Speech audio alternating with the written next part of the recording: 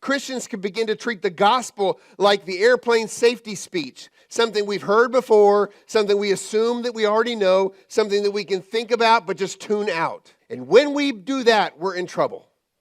When we do that, a church loses its healthy standing. Churches can easily drift into what I like to call gospel amnesia. Here's what, at our annual meeting for the network a few years ago, our speaker was Jared Wilson. And Jared Wilson said this during that sermon that he gave.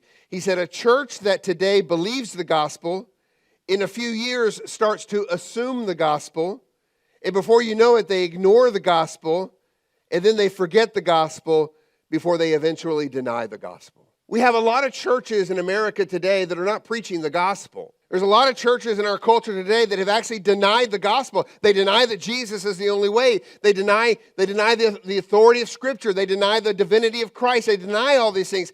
But how did they get there?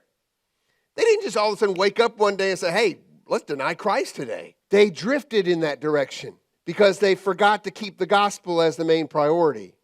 And eventually, they ended up denying the gospel.